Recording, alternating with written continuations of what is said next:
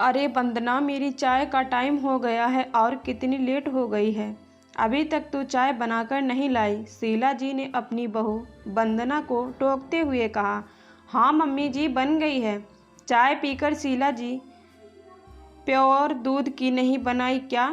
Test नहीं आ रहा है और शक्कर भी नहीं पड़ी है। मम्मी जी, शक्कर हल्की डाली है, ज़्यादा शक्कर दूध आपकी सेहत के लिए अच्छे नहीं है। बहू, तू तो मुझे कितना टोकती है। सारा दिन खाने पीने पर अंकुश लगाया करती है। या मत खाओ, वह मत खाओ। अरे 4 दिन की ज़िंदगी है, आदमी चैन से गुजार ले। खा पीकर तुझे तो बस टोकते ही रहना है। दोपहर में खाने पर बहू, आज तूने फिर से मूंग की दाल बना दी। मैंने तो उड़द की दाल बोली थी ना, तू भूल गई क्या? नहीं मम्मी जी, भूली नहीं, लेकिन उड़द की दाल बहुत बादी करती है और आपके जोड़ों में दर्द हो तो इसीलिए मैंने मूंग की दाल बना ली, जो आपके लिए अच्छी है और काफ़ी पौष्टिक रहेगी। वंदना, तू तो मेरी दादी अम्मा बन गई है। अब तो मैं अपनी मर्जी का कुछ खा पी नहीं भी सकती अपने ही घर में। वंदना बोली। नहीं मम्मी जी, ऐसी बात मत करिए। मुझे आपकी सेहत का ध्यान है, इसीलिए मैं आपके लिए सेहतमंद खाना बनाती हूँ। इस संडे को मैं आपके लिए उड़द की दाल ज़रूर बना दूँगी। एक दिन शीला जी अपने लिए किचन में खीर बना रही थी।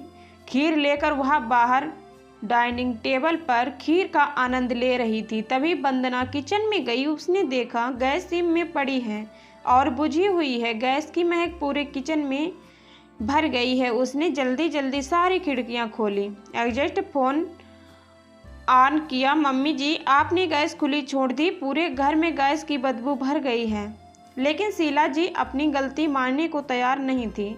वह बोली, मैंने तो बंद कर दी थी, तू ही बाद में आई थी और गैस बंद करना भूल गई। तू हर समय मुझे टोका टोकी ना किया कर, मुझे बिल्कुल पसंद नहीं। सास बहू की खटपट सुनकर शीला जी का बेटा नियमित कमरे से बाहर आ गया। ये कैसा शोर मचा रखा है आप दोनों ने? सास बहू दोनों ने अपना अपना पक्ष रखा और अपने पक्ष में सफाई दी। शीला जी बोली, नमित, मेरे लिए एक अलग किचन बनवा दे। मुझे अब वंदना के साथ नहीं रहना। या मेरी पसंद का खाना भी नहीं बनाती है और मुझे सारा दिन टोकती रहती है। निमित बोला, माँ, आज आप गैस बंद करना भूल गई। सोचो कितनी बड़ी गलती है। अगर आप अलग किचन में रहेंगे तो यह गलती बार बार हो सकती है। इतना बड़ा रिस्क मैं नहीं ले सकता। प्लीज़ माँ, आपका जो मन करे आप मुझे बता दीजिए, मैं बनवा दिया करूँगा। लेकिन एक अलग किचन वह संभव नहीं है।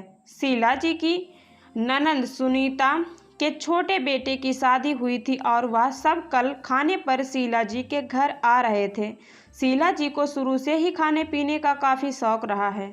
जब तक अपना हाथ और स्वस्थ रहा वो खूब मज़े लेकर उड़ाती थी, लेकिन अब सेहत की चाबी बहू के हाथ में आ गई है। अब वह इतने मज़े नहीं ले पाती। लेकिन कल तो सुनीता आ रही है, घर में 4 तरह के व्यंजन मिलेंगे और खूब छक कर खाऊंगी सबके सामने। तो वंदना भी मुझे टोक नहीं पाएगी। शीला जी ने देखा खाने की टेबल तो तरह तरह के व्यंजनों से भरी पड़ी है। आलू कुलचा, नान, दम, आलू मटर पनीर, काले जामुन, मक्खन, मेवे की खीर और बाद में पाइनएप्पल आइसक्रीम भी। वंदना अपनी सहायिका के साथ दौड़ दौड़ कर सबका ध्यान रख रही थी। शीला जी अपनी प्लेट का इंतजार कर रही थी कि कब लजीज खाना मेरे पास आए और मैं भी मज़े उड़ाऊं। आज वह अपने स्वाद कलिकाओं से संतुष्ट कर लेना चाहती थी। इंतजार की घड़ियां ख़त्म हुई। शीला जी की प्लेट आई, पर यह क्या, उनका खाना तो बाकी खानों से थोड़ा अलग था।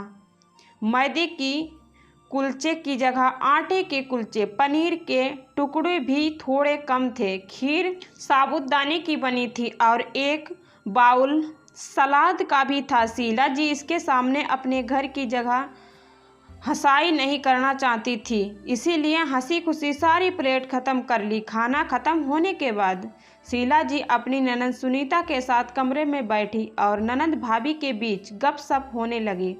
सुनीता जी बोली, अरे भाभी, आपकी बहू वंदना तो आपका बहुत ही ख्याल करती है, आपकी सेहत के अनुसार खाना परोसती है। और एक मेरी बड़ी बहू है जो सबका खाना बनता है वही मेरे लिए भी परोस देती है, कभी भी मेरे स्वास्थ्य का ध्यान नहीं रखती।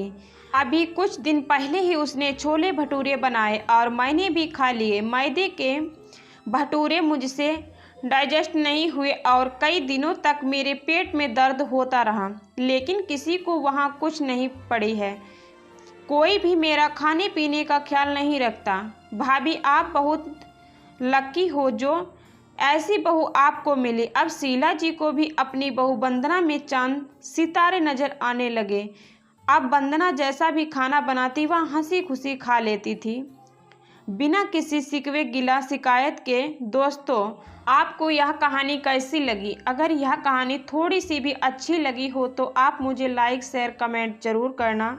चैनल पर नए हैं तो सब्सक्राइब जरूर करना। धन्यवाद दोस्तों, फिर मिलती हूँ अगले ब्लॉग के साथ, तब तक के लिए धन्यवाद।